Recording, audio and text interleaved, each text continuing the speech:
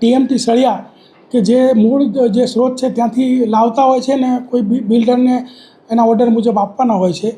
ત્યારબાદ જ્યારે સિટીની અંદર પ્રવેશતા પહેલાં આ લોકો કોઈ વેબ્રિજ પાસે બિલ્ડરના માણસને બોલાવી અને સળિયાનું વજન કરી અને એ લોકોને ચિઠ્ઠી આપી દેતા હોય છે. ત્યારબાદ 1-1.5 કલાકનો જે સમય રહેતો હોય છે એ દરમિયાનમાં અહીંના ડિંડોલી અને ગોળાદરાનો એક જીતુ અને રાજન તિવારી આ લોકો જે છે એમના માણસો મોકલી અને આ સળિયા જે હોય છે એની અંદરથી ચોરી કરાવતા હોય છે અને ત્યારબાદ એ ચોરીના સળિયા વેચતા હતા.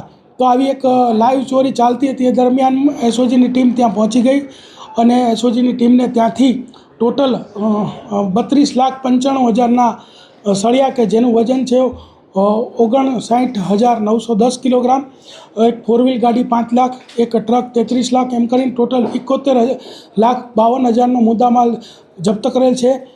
કલમ 305C કે જેનું માલવાહકમાંથી ચોરી કરવાની કલમ અને 370(2) લગાડવામાં આવેલ છે અને 4 આરોપીઓ પકડેલ છે. એમાં ભેરારામ ડ્રાઈવર, નિમ્બારામ ક્લીનર અને પ્રદીપ ત્રિપાઠી અને પ્રદીપ શર્મા કે જે મોતીલાલ હોસ્પિટલમાં નોકરી કરે છે. આ 4 આરોપીઓને ઝડપીને ધોરણસર કાર્યવાહી કરવામાં આવેલ છે. આમાં જે બધું વેચવાનું કામ જે જીતુ અને રાજન તિવારી બંને વોન્ટેડ છે, જે પકડાય છે એના દોરી સંચાર મુજબ કામ કરતા હતા. જ્યારે એ પકડાશે ત્યારે આપણને ખબર પડશે કે સુરતના અને સાઉથ ગુજરાતના કયા કયા વેપારીઓ, કયા કયા બિલ્ડર આની સાથે જોડાયેલા હતા. બીજું કે જીતુ અને રાજનનો જે ઇતિહાસ વારંવાર ચોરી કરવાના અગાઉ ગુના દાખલ થયેલા હશે અને આ નીકળશે તો તેના વિરુદ્ધમાં 370(4)ની કલમ પણ ઉમેરવામાં આવશે કે જેમાં હાઈકોર્ટ સુધી જામીન પણ મળવા પાત્ર નથી. એમાં એવી હતી કે જે ગાડી ટીએમટી સળિયાની કોઈ બિલ્ડર ઓર્ડર આપે અને ત્યાંથી નીકળે અને ત્યારબાદ જ્યારે સુરત સિટીમાં પ્રવેશે એ પહેલાં વેબ્રિજ ઉપર વજન થઈ જાય પછીથી વચ્ચેના ગાળામાં આ લોકો કાઢી લેતા હતા.